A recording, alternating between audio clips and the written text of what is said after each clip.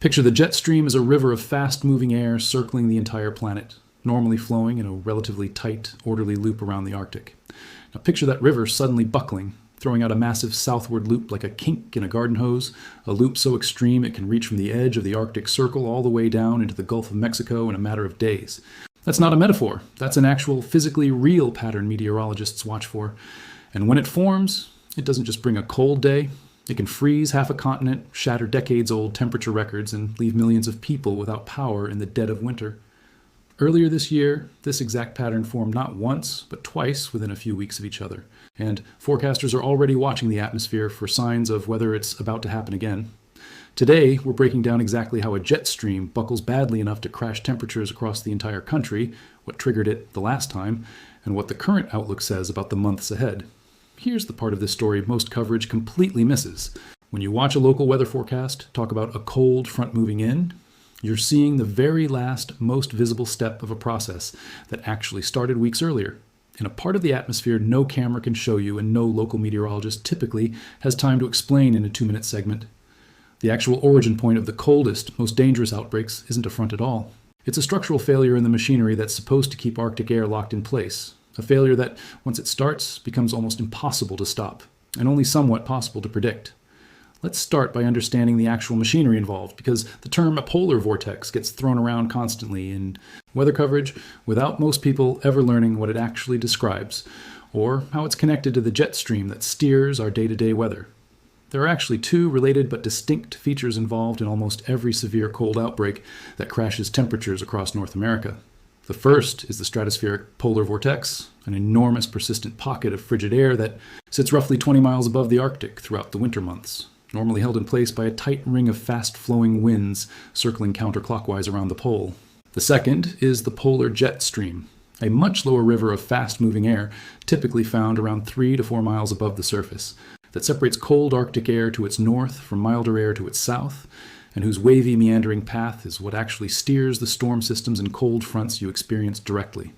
These two features aren't independent of each other. When the stratospheric vortex above is strong, tight, and well organized, it tends to keep the jet stream below locked into a similarly tight, relatively flat path circling the pole, holding the coldest air bottled up in the Arctic where it belongs. But when the vortex above weakens, stretches, or splits apart, that disruption filters downward and destabilizes the jet stream as well, allowing it to buckle into the kind of extreme deep southward dips capable of dragging genuine Arctic air thousands of miles from where it started. Here's exactly how severe that buckling got earlier this year, and the case study is genuinely dramatic. In early February 2026, meteorologists confirmed a powerful stratospheric warming event was entering its early phase, and forecasters immediately flagged that it appeared set to interact with a separate, rare atmospheric disturbance moving across North America at the same time. Within days, updated forecasts confirmed something genuinely significant. The polar vortex wasn't simply going to weaken. It was going to split apart entirely, breaking into multiple separate lobes rather than remaining one coherent mass, with the main collapse scheduled to unfold by the middle of the month. This is a meaningfully more extreme outcome than a simple stretching event, because a full vortex split means the disruption doesn't just nudge cold air toward one general direction. It can send multiple, independently wandering pockets of Arctic air toward completely different regions simultaneously. And forecasters at the time noted early signs suggesting the resulting cold pattern could persist not just for a few weeks, but potentially all the way into early spring. This February disruption arrived on the heels of an earlier separate stratospheric warming event that had already struck in mid-January of that same winter, meaning the atmosphere delivered two significant disruptions within roughly a month of each other, each one reinforcing and extending the overall cold pattern gripping the continent. The combined effect became what's now documented as the January-February 2026 North American cold wave, an event that ultimately proved directly responsible for at least 22 deaths and roughly $4 billion in damage, stretching across Canada, the United States, Mexico, the Greater Antilles, the Bahamas, and Central America, with cold air reaching as far south as Belize before the pattern finally relaxed in mid-February. It's worth sitting with just how unusual it is, statistically speaking, for two separate stratospheric warming events of this significance to strike within roughly a month of each other. Most winters, when they see a disruption at all, see a single event, and its downstream effects on surface weather typically play out and fade over a few weeks before the vortex has a chance to reorganize and re-strengthen. A winter that instead delivers back-to-back disruptions, the second one arriving before the surface impacts of the first, had even fully resolved, effectively compounds the resulting cold, rather than allowing the pattern any real chance to reset toward a more typical winter configuration. Some atmospheric scientists studying the 2026 season have pointed to this back-to-back sequencing as a genuinely notable independent of the specific severity of either individual disruption, precisely because it meant the cold pattern gripping North America had unusually little opportunity to relax before being reinforced all over again. To understand exactly why a vortex split produces such a dramatically different and often more dangerous outcome than a simple weakening, it helps to think about what's physically happening to that ring of cold air sitting over the pole. When the vortex merely stretches out of its normal circular shape without fully breaking apart, it tends to elongate in a specific direction, nudging cold air toward whichever region happens to sit beneath the stretched out portion, while other regions may actually see milder than average conditions during the same period. A full split is far messier and, in some ways, far more unpredictable. Instead of one distorted mass, you end up with two or more separate pools of extremely cold air, each one then behaving almost like an independent weather system, drifting according to whatever steering currents happen to be present in the broader atmospheric pattern at that specific moment. One lobe might settle over eastern Canada and the northeastern United States. Another might drift toward Siberia or northern Europe. Exactly where each lobe ends up and for how long it lingers there becomes considerably harder to forecast with precision compared to a simple stretching event, even though meteorologists can say with real confidence, once the split is confirmed, that severe cold is coming to somewhere in the northern hemisphere in the weeks ahead. There's a broader historical pattern worth understanding here too, because this specific kind of jet stream buckling has become an increasingly familiar feature of American winters over the past decade, even though the underlying science remained largely unknown to the general public until relatively recently. The term polar vortex itself barely registered in everyday conversation before January 2014, when a dramatic buckling event sent an extraordinarily deep dip of Arctic air plunging into the Midwest and Northeast, breaking temperature records across dozens of cities and effectively introducing an entire generation of Americans to a term meteorologists had actually been using in technical literature for decades. That 2014 event set the template for how these stories get covered ever since. A sudden, jarring temperature crash that seems to come out of nowhere to anyone not already watching the stratosphere, even though forecasters specializing in this kind of long-range pattern recognition had been tracking the warning signs for weeks beforehand.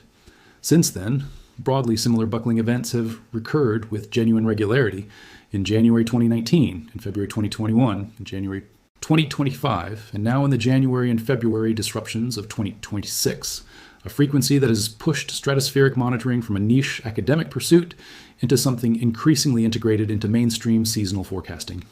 There's an additional atmospheric player that complicated the February 2026 disruption, specifically, and understanding it helps explain why forecasters flagged this particular event as unusually significant even before it fully unfolded. The Madden-Julian Oscillation, often abbreviated as the MJO, is a large-scale pattern of tropical rainfall and wind that circles the entire globe over a cycle of roughly 30 to 60 days, shifting through distinct phases as it travels. Depending on exactly which phase the MJO happens to be in when a stratospheric warming event strikes, it can either reinforce or work against the resulting cold pattern at the surface, essentially acting as an additional lever that can amplify or dampen how severely and how far south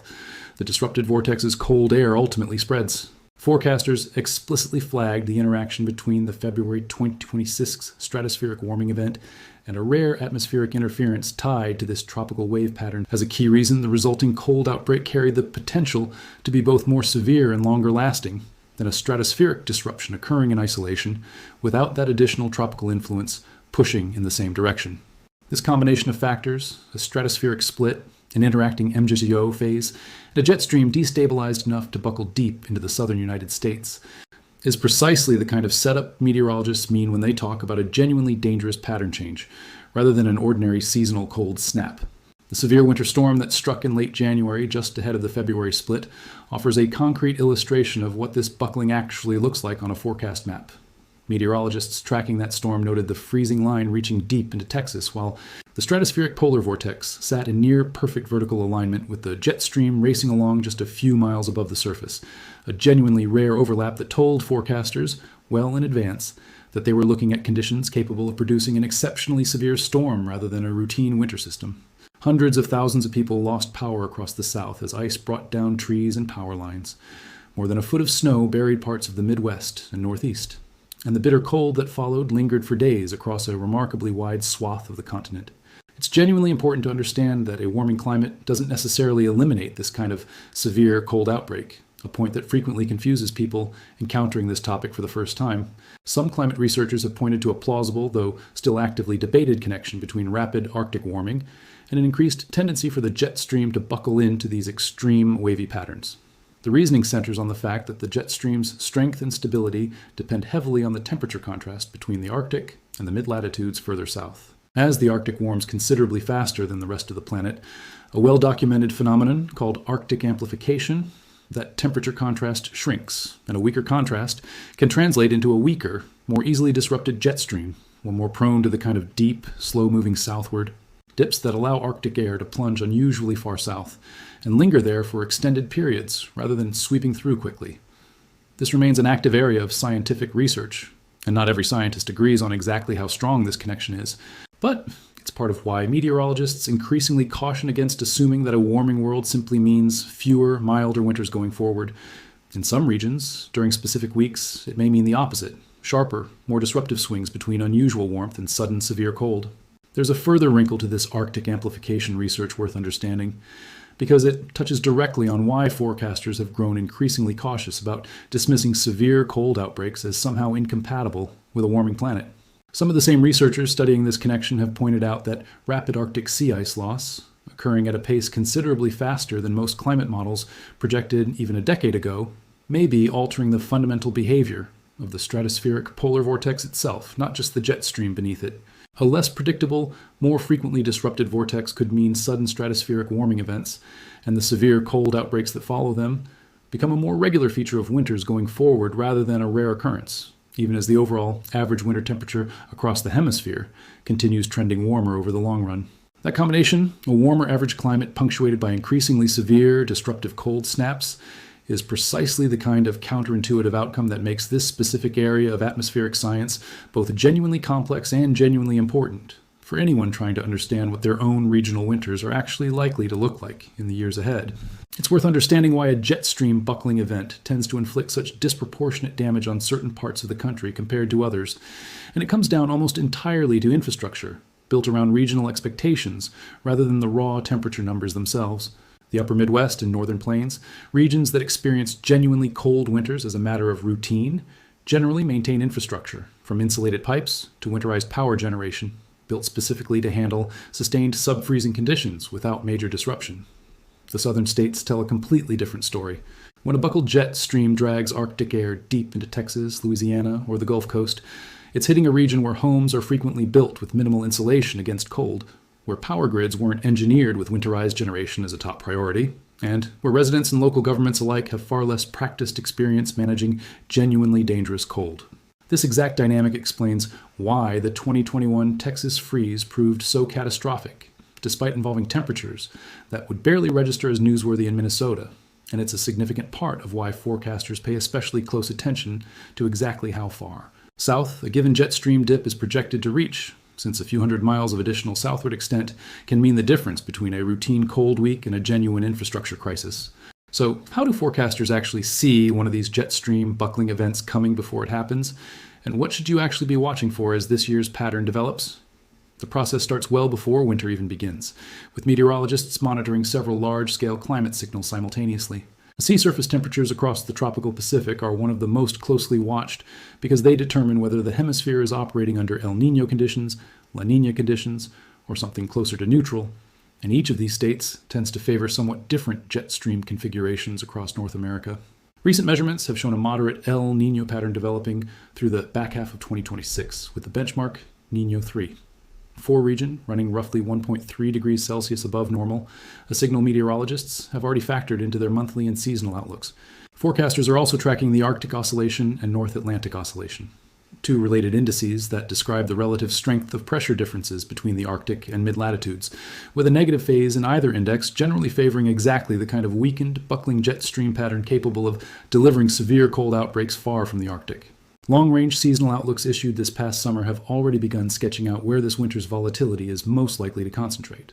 One widely referenced outlook described the upcoming season as likely to bring fast-moving weather systems and sudden cold snaps across the middle of the country. with the Great Lakes, Plains, and Midwest specifically flagged as prone to sudden snow squalls and bursts of bitter cold, punctuated by milder interruptions rather than one long, continuous cold season. The Northeast was separately flagged as facing a particularly complicated pattern this year, with coastal areas more likely to see rain or mixed precipitation, while inland regions face several rounds of heavy, wet snow, especially clustered around January and February, an uncomfortable echo of the exact time frame when this year's disruption struck. Meanwhile, separate monitoring has flagged the Central Plains as trending toward increasing drought and dryness heading into the colder months, a detail that matters for temperature swings specifically, because dry ground responds to a sudden cold outbreak more dramatically than moist soil does, amplifying just how sharply surface temperatures can fall once a buckled jet stream finally delivers genuinely Arctic air. None of these seasonal signals function as a precise, guaranteed forecast for any specific week months in advance, and it's worth being clear about that limitation, rather than overselling the certainty here.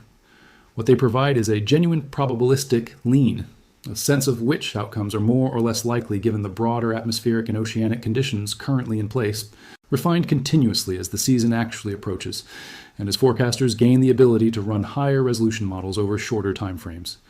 The real, actionable warning window, the one that actually let meteorologists flag the severity of both the January storm and the February vortex split well before either event struck the surface, comes specifically from continuous monitoring of the stratosphere itself throughout the winter, watching for exactly the kind of wind reversal and rapid warming that preceded this year's disruptions. None of these seasonal signals function as a precise, guaranteed forecast for any specific week months in advance,